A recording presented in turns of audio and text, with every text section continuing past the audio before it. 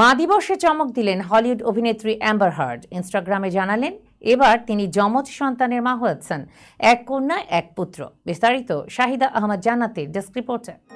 বিশ্বজুড়ে মা দিবস উদযাপনের দিনে হলিউড অভিনেত্রী অ্যাম্বার হার্ড প্রকাশ্যে আনলেন তার জীবনের নতুন অধ্যায়ের কথা।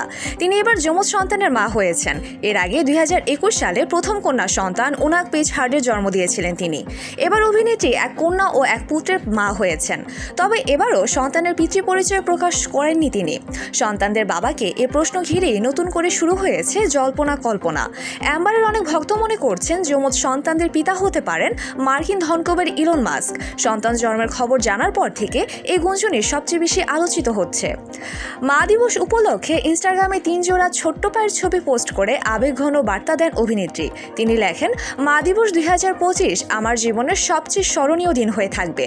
অনেকদিন ধরে যে পরিবারের স্বপ্ন দেখেছি আজ তা পূর্ণ হলো।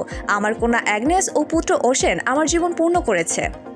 তিনি আরও লেখেন, একজন মা হিসেবে নিজের পথ বেছে নিয়েছি, নিজের সিদ্ধান্তে এগিয়েছি। এই অভিজ্ঞতা আমাকে অনন্য শিক্ষা দিয়েছে। সন্তান ধারণে যেসব জটিলতা আমাকে পিছু ছাড়েনি, সেগুলো সত্ত্বেও আমি ধন্য যে সচেতনভাবে দায়িত্ব নিয়ে এই সিদ্ধান্ত নিতে পেরেছি। যদিও অ্যাম্বার সন্তানের বাবার নাম প্রকাশ করেননি, তবে গুঞ্জনে বারবার উঠে এসেছে তার সাবেক প্রেমিক ইলন মাস্কের নাম। 2016 থেকে 2018 সাল পর্যন্ত তারা সম্পর্কে ছিলেন।